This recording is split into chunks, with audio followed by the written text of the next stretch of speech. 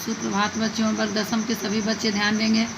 आत्मकथ्य जयशंकर प्रसाद द्वारा रचित जो है, यहाँ तक की पढ़ाई हो चुकी है कि ये कहते हैं कि क्या अपनी दुर्बलता हम क्या अपने मुंह से बखान करें, मेरा जीवन रूपी घड़ा जो है बिल्कुल खाली है।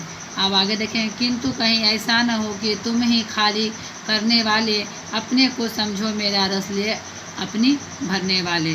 देखिए, यह विडम्बना अरी सरलते तेरी हंसी उड़ाऊँ मैं, भूले अपनी यह प्रवंचना औरों की दिखलाऊँ मैं।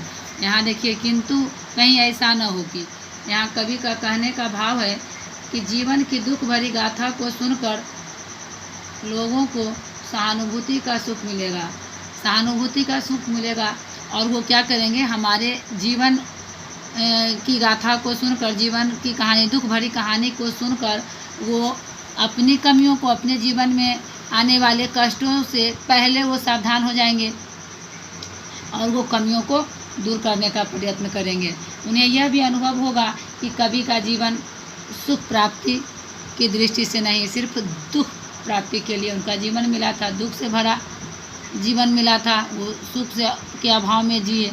अब देखिए क्या है कि यह विडम्बना अरी सरलते तेरी हंसी उड़ाऊँ मैं, भूले अपने यह प्रवंचना औरों की दिखलाऊँ मैं। उज्ज्वल गाथा कैसे गाऊँ मधुर चांदनी रातों की, अरे खिलखिला कर हंसते होने वाली उन बातों की। अब इसमें कवि कहना चाहते हैं कि यहाँ कि यह विडम्बना ये क्या है, लीला है, प्रभु की लीला। ये अपने भोले जीवन, अपने सरलते यानी सीधे अपने भोले भाले जीवन की क्या मैं अपने मुख से हंसी उड़ाऊँ। आत्मकथा की यह विडम्बना, उसमें जीवन से के सभी पहलुओं को सीधे सरल रूप में लिखा जाता है और लोग उनका मजाक बनाते हैं। अगर हम अपने जीवन की गाथा को किसी के समक्ष अगर सरल रूप में, जो मेरे जीवन में मेरे साथ सुख दुख जो बीता है, वो अगर सीधे रूप में अगर उसी प्रकार हम प्रस्तुत कर देंगे तो हमारे मजाक भी लोग उड़ाएंगे, हंसी भी उड़ाएंगे। इसके माध्यम से मैं अपने जीवन में मिलने वाले धोखा को, यहाँ क्या है, प्रवंचना औरों की दिखलाऊँ मैं, यानी जीवन में जो हमें धोखा, प्रवंचना मीन्स क्या होता है, धोखा। तो धोखा को, जो मेरे जीवन में धोखा मिला है, धोखों को भूलूं या फिर दूसरों द्वारा किए गए धोखों के कार्यों का उल्लेख करूं। उज्ज्वल गाथा कैसे गाऊं मधुर चांदनी रातों की, अरे खिलखिला कर हंसते होने वाली उन बातों की। अब देखिए क्या कवि का कहने का तात्पर्य है कि उज्ज्वल गाथा, यानी उज्ज्वल मीन्स क्या होता है, निर्मल, स्वच्छ। तो जीवन के सुखद जीवन की निर्मल कहानी किस प्रकार गाऊं, किस प्रकार वर्णन करूं, जीवन में खिलखिलाने की बातों को कैसे बताऊं। अब देखिए, मिला कहाँ वह सुख जिसका मैं स्वप्न देख कर जाग गया, आलिंगन में आते आते मुस्कुरा कर जो भाग गया। कवि का कहने का तात्पर्य हुआ कि वह जीवन में जिस सुखी पल की कल्पना करके उसे पाने के लिए मैं जागृत हुआ, कल्पना करके, यानी आप स्वप्न देखते हैं कि जीवन का में अगर हम जीवित रहेंगे धरती पर तो हम जरूर सुख देखेंगे। तो वो कल्पना करके हम जागृत हुए, हम जीना तय किए, वह सुख मुझे मिला ही नहीं, वह सुख मुझे जीवन में मिला ही नहीं। अर्थात जीवन में सुखों का अभाव ही अभाव रहा।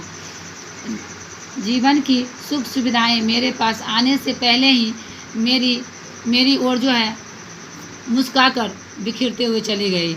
यानी आप स्वप्न में देखें कि मेरे साथ एक बहुत मेरे साथ बहुत सुंदर परी सोई हुई है, जब आप उसको आलिंगन यानी पकड़ना चाहेंगे तो आपको खाली हाथ नजर आएगा। तो इसी प्रकार कवि का कहना है कि सुख आने से पहले वो कल्पना देखते हैं, सुख की कल्पना देखते हैं, लेकिन कल्पना देखने से वो पहले वो दूर चली जाती है। मेरे जीवन में हमेशा सुख का अभाव ही रहा है। अब देखिए क्या है, जिसके अरुण कोपलों की मतवाली सुंदर छाया में, अनुरागिनी उषा लेती थी निस्सुहाग मधुमाया में।